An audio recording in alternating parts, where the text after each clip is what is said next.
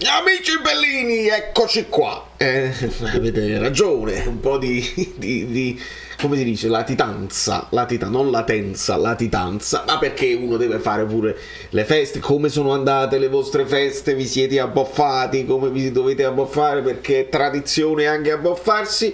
Mentre i nostri ragazzi devono stare in forma, anzi, rientrare in forma.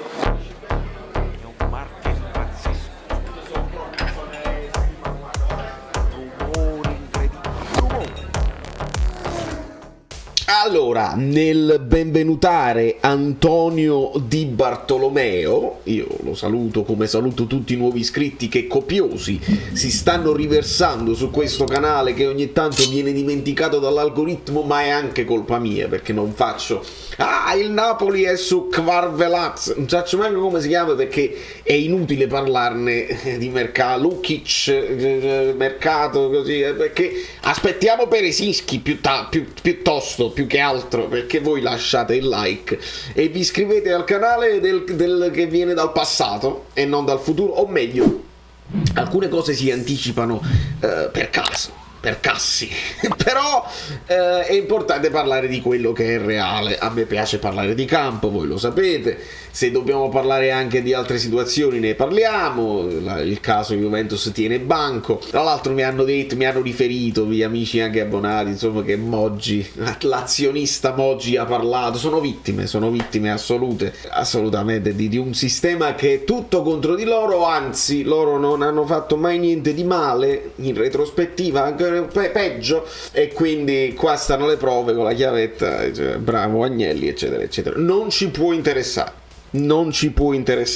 Quello che mi interessa è darvi qualche buona notizia. Per esempio c'è questa immagine qua che l'amico Francesco mi girava, che è importante, sembra nulla, ma è un Napoli che è tornato al lavoro. Il report non parla nemmeno di questa partitella, ovviamente la partitella in famiglia le fanno sempre, lascia il tempo che trova, però a me interessa perché ci sono delle cose, voi guardate, se vi rendete conto di una cosa, che ci sono delle cose importanti da vedere. Il Napoli sottolinea che Sirigu ha svolto tutto l'allenamento con il gruppo, tutto a posto, e già questa è una novità importante, perché non è che si parla anche della situazione portiere, si è parlato solamente di Di Lorenzo e il suo vice, quindi o Zanoli che resta o Berezinski in questo scambio con la Sampdoria. Si è parlato anche però di Contini. Intanto ci fa piacere vedere Sirigu qui ad occhi chiusi, fondamentalmente. Il Napoli, il report dell'allenamento ci dice solamente che Demme abbia lavorato a parte, ma c'è il ritorno completo di Sirigu. C'è un altro ritorno però importante che vedo, oltre a quelli che sono tornati dalla nazionale, che vedete in ordine. C'è il Ciuchi, c'è Olivera, quello a fianco ad Olivera dovrebbe essere Gaetano, sotto di lui Zielinski, sopra Zielinski appoggiato con le due mani un po' su Kvara e un po' su Zielinski io rivedo Amir Rahmani, e questo è importantissimo perché è un ritorno importante, visto che il Napoli qualche sbavatura l'ha dimostrata in difesa.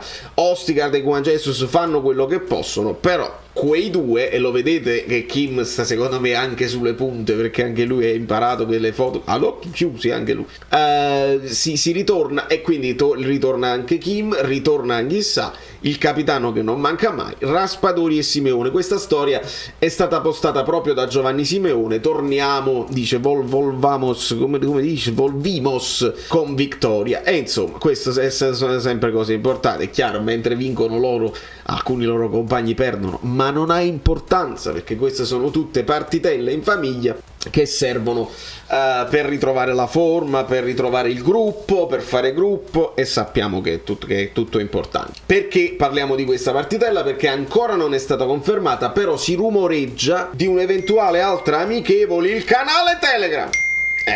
Mammina che saluto. Iscrivetevi, trovate il canale Telegram in descrizione, così non vi perdete nessun video. Quando capita che io non ne faccio 11, ma che è successo? Sul canale Telegram siete sicuri che non vi manca nessuna notifica. La partitella si parla, non è stata ancora confermata sui canali ufficiali, però si parla di un'altra amichevole, però in casa questa volta, magari Napoli A, Napoli B contro la Primavera. Se ne parla per il 30 dicembre, quindi un'ultima uscita prima della preparazione effettiva per la partita contro l'Inter, che è quella che poi ci interessa, che però non deve essere vista, e qua io ci tengo moltissimo, non deve essere vista come una cosa dentro una finale. Non parliamo di finali, perché le finali non ci portano nemmeno bene. Quello che è importante è che nell'Ambrabam tattico io ho messo quei giocatori della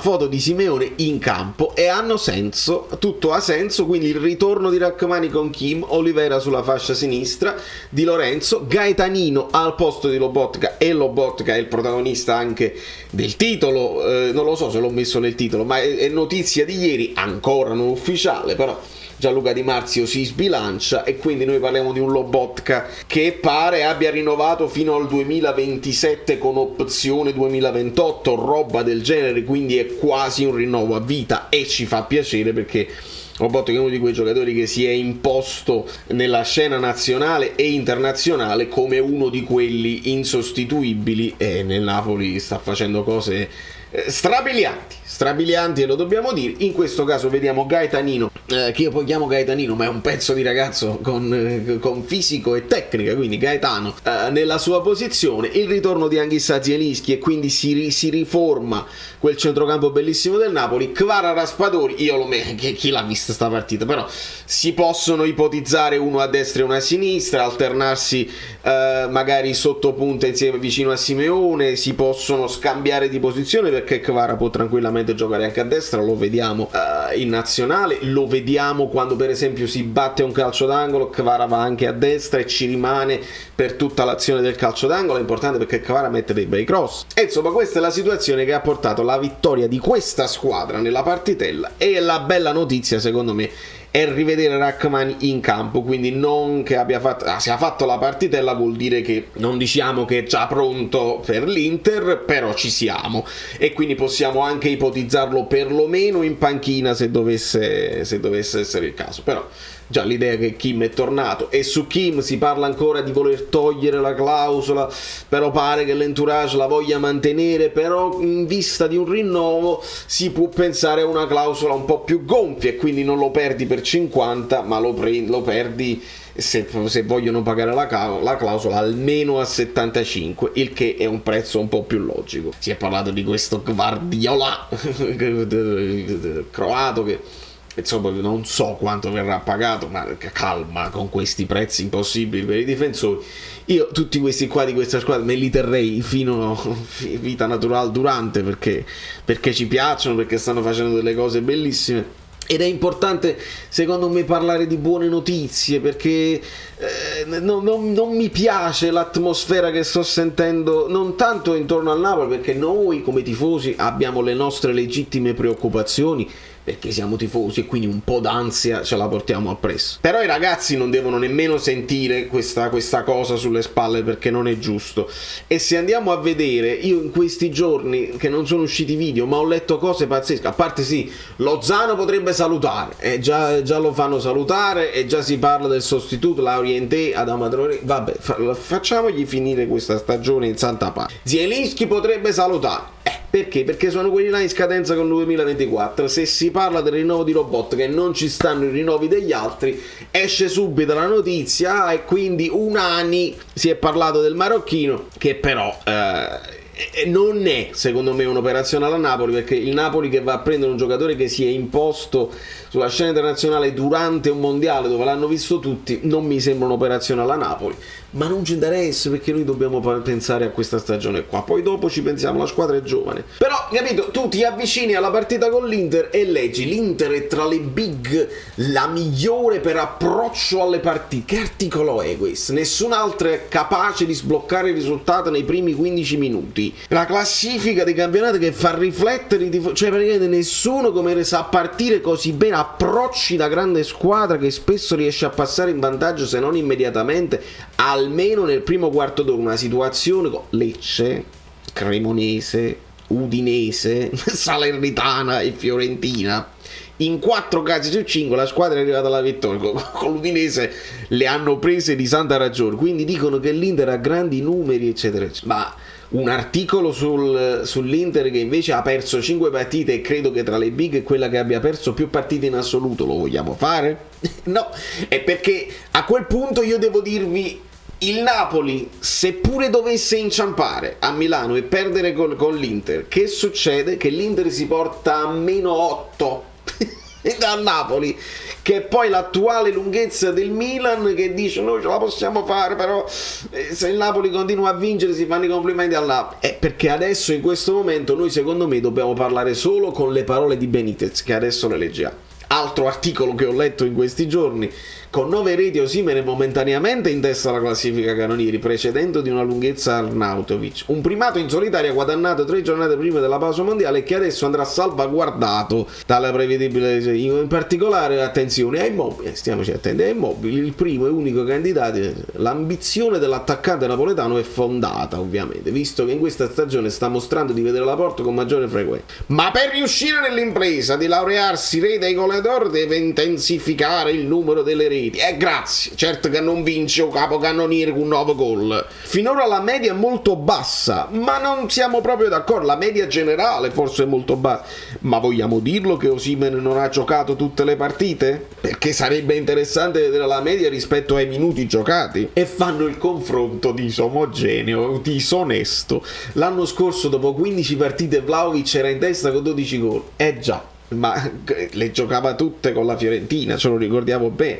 E l'anno prima Cristiano Ronaldo era addirittura a quota quasi una rete a gara. Insomma ragazzi, noi dovremmo spegnere tutto e non leggere niente, perché se leggi si parla solamente di Pioli che carica i suoi per la rimonta, l'Inter che ci crede, che non esiste pro. Se addirittura l'Inter non ci dovesse credere perché sta troppo lontano, almeno 11, l'Inter vince e riapre tutte le situazioni per la Juventus o per il Milan, perché il Napoli crolla. Io non ho capito perché ama crolla. La verità secondo me, e non è un caso, la dice Benitez un'altra volta, e noi dobbiamo ascoltare quello che è stato un allenatore che veramente ha svoltato la mentalità e la storia del Napoli, perché è così. Tempo, fatemi vedere che sta succedendo tra gli abbonati. Il Napoli, vabbè, il Napoli dopo anni avrà un grande portiere, siamo vicini, ci dicono. Quindi Benitez è l'allenatore del turnover, bla bla bla bla bla bla bla bla bla. Cosa è rimasto al Napoli da quando l'ha lasciato? La mentalità.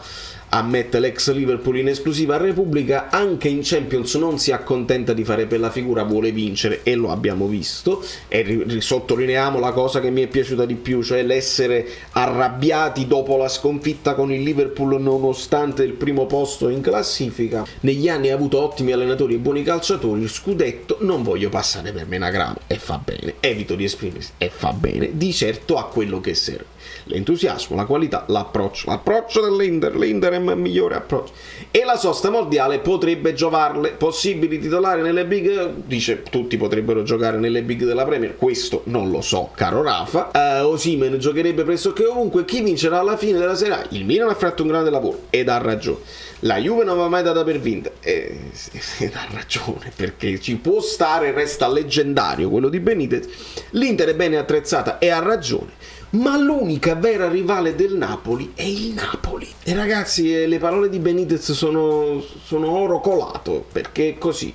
Perché solamente un Napoli che improvvisamente crolla, necessariamente, che praticamente succedono cose assurde, che la palla non vuole entrare, ti deprimi, pensi che non ce la fai più, e allora lì una probabilmente delle varie inseguitrici che infila un filotto ti può mettere in difficoltà e potrebbe insinuarsi dentro di te la paura di non vincere rispetto alla la paura di perderlo, questo scudetto. Solamente il Napoli può quest'anno essere il problema del Napoli. Il Milan mi fa paura perché viene dalla vittoria, sono consapevole, la società è importante. Come società la Juventus ha dei problemi, quindi mi fa meno paura sotto questo punto di vista, però non si può mai sapere.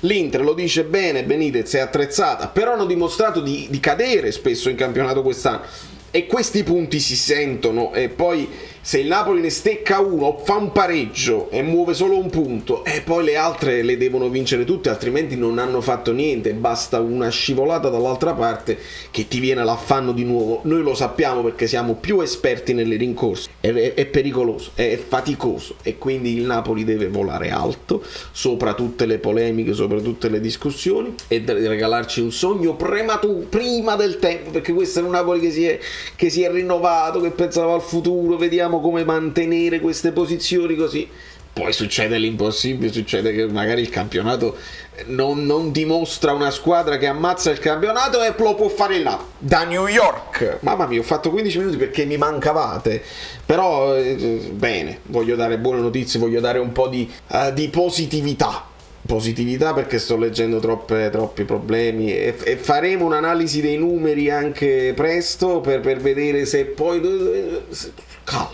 la calma è la virtù dei forti, i destini forti di Luciano Spalletti. Un abbraccio da New York, Valerio Fluidini, iscrivetevi al canale, lasciate i like finali, forza Napoli sempre, dai.